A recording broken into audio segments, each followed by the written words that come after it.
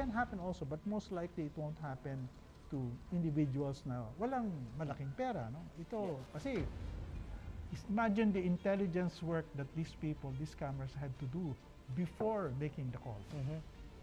Ibig sabihin, nakuha nila yung video ng mga taong gagawin nila ng fake. Kinilala nila ng mabuti ang bawat isa. Nakuha yung audio. Hindi lang basta-basta. Hindi. Pinaghandaan. Pinaghahandaan Ibig talaga. sabihin, they got tapes, yung mukha nila, they had recordings of their audio, of their voice. Okay. Otherwise, hindi nila ma-fake yun.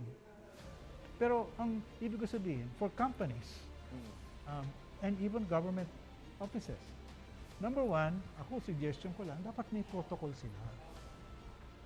Na, especially for sensitive matters, sensitive conversation, dapat may protocol ka, may procedure to authenticate that this is a genuine call.